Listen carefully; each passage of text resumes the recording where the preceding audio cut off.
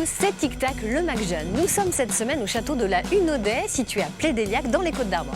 Ici, c'est formidable, vous pouvez vous imaginer ou princesse ou chevalier. Car ce château fort est un bel exemple d'architecture du Moyen-Âge. Il est classé monument historique et se visite lors des journées du patrimoine, tout comme le reste de l'année d'ailleurs. Prends garde à toi. Nous suivrons également des jeunes sur un chantier de restauration d'une chapelle en Centre-Bretagne. Mais le patrimoine, ça n'est pas uniquement que les vieilles pierres. Il y a aussi le patrimoine culturel immatériel. Par exemple, les traditions culinaires comme le cinnamon ou les crêpes. Enfin, faut pas l'oublier, le patrimoine naturel qui est tout aussi essentiel. Dans cette émission, on verra également ce que ça signifie quand un site est inscrit au patrimoine mondial de l'UNESCO. Vous découvrirez un jeune Morbihanais qui n'est pas encore classé au patrimoine, mais qui se classe parmi les étoiles montantes de la pop urbaine. Mais pour l'instant, c'est l'heure de l'actu. En bref. Dans l'actualité, une carte blanche aux artistes sur 900 mètres carrés le long de la voie ferrée à Rennes et Saint-Malo. La 5e édition de la Biennale d'art urbain Teenage Kicks s'est ouverte le week-end dernier. Jusqu'en janvier 2022, expositions et ateliers vont se succéder pour redonner des couleurs à la ville. En voile, les 34 skippers engagés dans la solitaire du Figaro ont pris le départ dimanche en baie de Morlaix de la 4e et dernière étape de la course à destination de Saint-Nazaire. Le Graal, c'est quand un site culturel ou naturel est inscrit au patrimoine mondial de l'UNESCO. On vous explique tout ça dans le Data Bref de cette semaine, raconté par Nolan. C'est à toi. L'idée d'un classement du patrimoine commun de l'humanité a fait son chemin. Le but est de protéger les sites culturels et naturels qui ont un intérêt universel, c'est-à-dire pour nous tous. Ainsi, dans les années 1960, l'UNESCO a sauvé le temple d'Abou Simbel en Égypte, avant qu'il ne soit enseveli par les eaux du Nil. Ils ont été démontés bloc par bloc puis reconstruits plus haut sur la colline. Dans les années 1970, l'UNESCO a créé la liste du patrimoine mondial qui s'enrichit d'année en année. On y trouve par exemple la muraille de Chine, le Taj Mahal en Inde, la forêt amazonienne ou bien encore le château de Versailles et la grotte de Lascaux en France. Le seul monument breton inscrit au patrimoine mondial de l'UNESCO est la tour dorée de Vauban.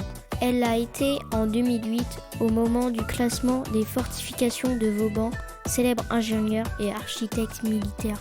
Waouh, la classe! Merci Nolan. Et qui dit patrimoine dit restauration, forcément pour qu'il dure dans le temps.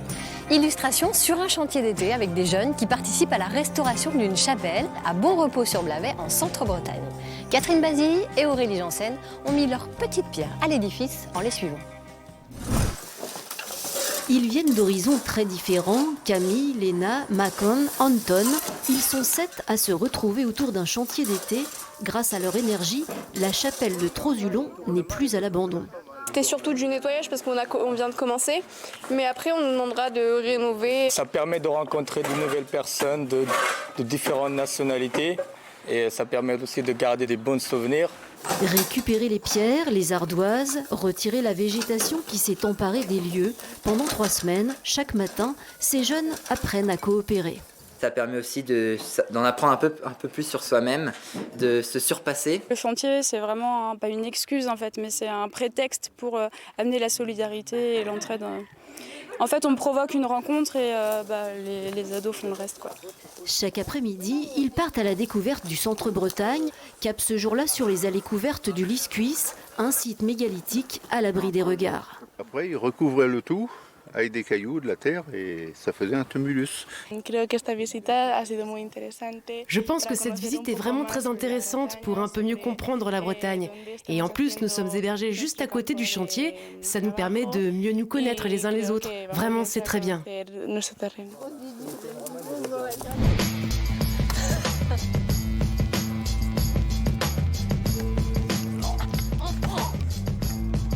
Je crois que je l'ai tué. J'ai plus d'ingénieur du son. Direction maintenant le Morbihan. Vous allez découvrir Julien, il est originaire d'Elvin, il est lycéen à Locminé, mais il a surtout la musique dans la peau sous le nom de J-Kanda. Il est suivi déjà par près de 30 000 abonnés sur Insta. On l'a rencontré au studio Transversal à Vannes. Ok, salut tout le monde, c'est J-Kanda, jeune artiste de pop urbaine pour Tic Tac. Je fais trop de sale, je leur fais du mal. Malgré ça, je les enjaille, rappeur sans faille, donc je les taille. Tous mes textes, j'ai écrit moi-même, tout seul. Je m'inspire beaucoup de la vie quotidienne. Et les lycées, ils m'aident beaucoup. Je veux que tu sois ma Valentine. Je veux que tu sois ma Valentine. Je veux que tu sois ma Valentine. Valentine, en fait, c'est venu parce que un jour, j'avais une fille que j'appréciais, tout ça, je l'aimais plutôt bien, quoi. Et il y a un autre mec qui est passé devant moi, quoi. C'est des choses qui arrivent dans la vie d'un jeune. Et je me suis dit, allez, on va en faire un son. Moi j'aime pas me mélanger, faut pas me déranger. La seule que j'aimais, lui, il me l'a piqué. On fait comme d'hab. Mais sinon, Julien, il se met tout seul. Comme d'hab. Judo, il fait le mix. Tu peux commencer à faire le mix, s'il te plaît, Judo. Tu peux pas avancer tout seul. Tu es obligé d'avoir des gens autour de toi en qui tu peux avoir confiance. J'ai 2 producteurs qui bossent ensemble et on est en distribution chez Universal Music France. Je prends le flow des States, mais bon, je suis français. J'arrive sur la piste, je lui dis que j'ai dansé. Ne me crois pas, donc démonstration. Comme un con, je danse et puis là, je béton. Les réseaux sociaux, c'est devenu super important dans le monde du rap, de la musique et c'est un peu cruel en vrai. Alors, tu peux monter très vite, être au top et t'es pas là pendant 2 jours, c'est fini. Je fais du sale et je reste en game. Je suis trop content, les bêtises et les emmerdes. J'ai plus le temps. C'est comme un acteur, un comédien. Il vit son film, il est obligé pour que ce soit le meilleur possible, pour l'image, pour le clip, pour que les gens vraiment ils ressentent ce que je ressens. Partout je vais full fire, partout je vais full fire, partout je vais full fire, c'est Gikanda. Voilà, c'est fini pour aujourd'hui. On se retrouve la semaine prochaine pour un nouveau tic-tac. Bon, moi je vais juste voir à quoi ça ressemble les oubliettes avant de partir, hein, en espérant que je me fasse pas enfermer là-dedans. Pourquoi ça marche pas avec moi? Comment c'est possible? Je vais prendre quelques tours.